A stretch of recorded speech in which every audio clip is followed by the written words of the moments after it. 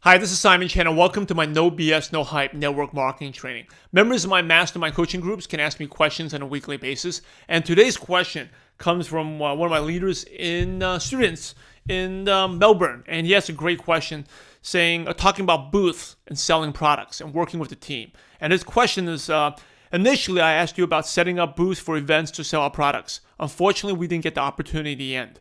However, we are planning to give this another go on ourselves rather than affiliating with some organizations.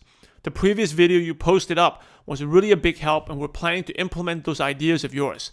The question is that how would you plan to distribute the sales of the products or any preferred customers among associates of the team? I have a rough idea that may not seem the best yet, but I would really appreciate some of your thoughts regarding this question. All right, so we're doing a booth, and you're doing with your team. And we had talked about before, if you don't go to the link below, and that's a video link that talks about the whole concept of doing booth lead generation and how you have to run it. Okay, but right now we're just talking about selling the products. And so you have a group of people trying to sell the products. What's the best way? Who decides who gets what? Good, because in terms of these booths, most of the time you're not going to sign anyone to do the business, but you can sell products. So there's a couple different ways to doing. I'm just going to give you some suggestions and past scenarios.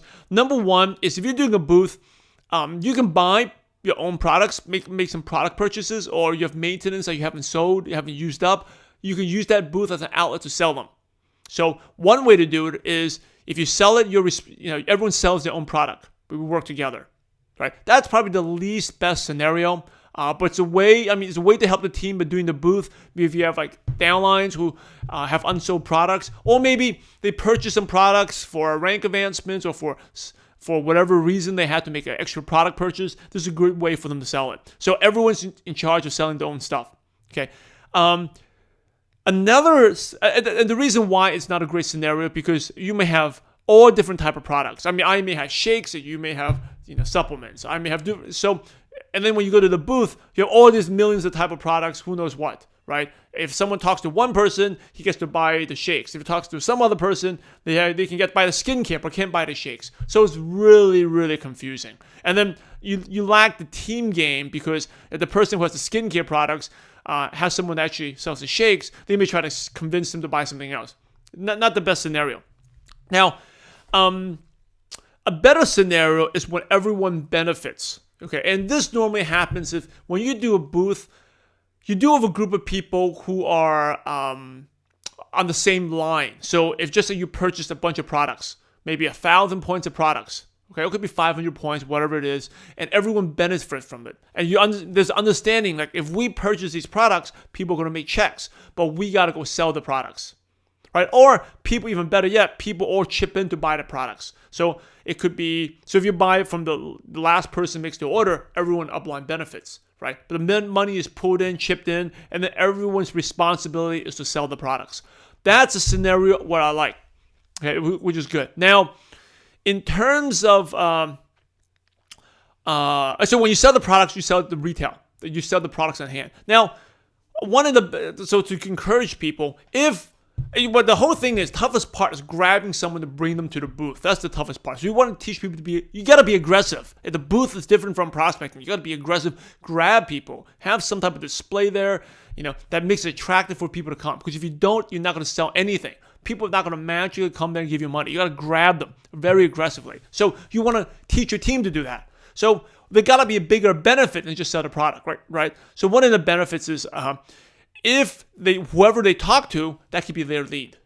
So if I grab 5 people, I sold only one product, but other 4 people didn't buy, but I can get the contact information, that becomes my lead. So later on, I can call them. Maybe they'll join the business to buy the products later. So whoever talks to the person gets the lead. Okay.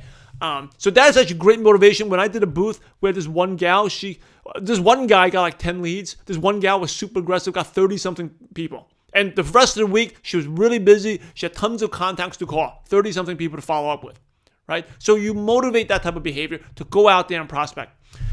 The other benefit is if someone purchased the products, just say, they purchased the product, I had a product on hand, you teach them, you train them to keep in touch, get contact information, and that person can be converted to a preferred customer later on. So maybe after 2 weeks, 3 weeks later, you find out how the products are going, whether they like the products, and whether there'll be the customer's interested to save, get a bigger discount, and be a part of the preferred customer program. So, but who gets that customer is whoever sold that product. Again, it encourages the behavior of going out there, be aggressive, and getting customers.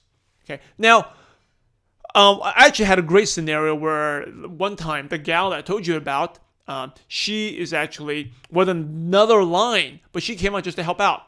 She was in my downline, but the leader that did the booth was a different line. But she came out to help out, and she just came out to help out to get the experience and to get leads and to get preferred customers. So she did sell a bunch of products, even though those were not her products. She didn't make any money, but she got the contact information, and later on she converted them to preferred customers.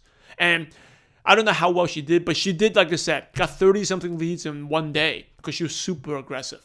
Now, the last thing I would say is once in a while there may be competition. It depends on how well your team knows each other. Maybe be fighting for, being aggressive and fighting for people, going out there and being aggressive. That's a downside to it. But it's like, the upside to that is way greater. I mean, if you have downlines fighting, being aggressive, trying to bring everyone to the booth, that's the best problem you want to have. The problem you don't want to have is everyone at the booth sitting behind the counter, laid back, shy, don't want to talk to people, and no one's stopping at your booth. So hopefully those tips are helpful. Again, that's a great way to move products and a great way to get leads, but you really want to do anything, create incentives for people to go out there and grab people to the booth and sell. It's not like prospecting for business. You really got to be sell. Otherwise, no one's going to buy at these situations. All right, this is Simon Chan. Thank you for watching my No BS, No Hype Network Marketing Training. And remember, we're in the profession to help others. So make sure you go out there and have a positive impact on someone's life today. God bless you all.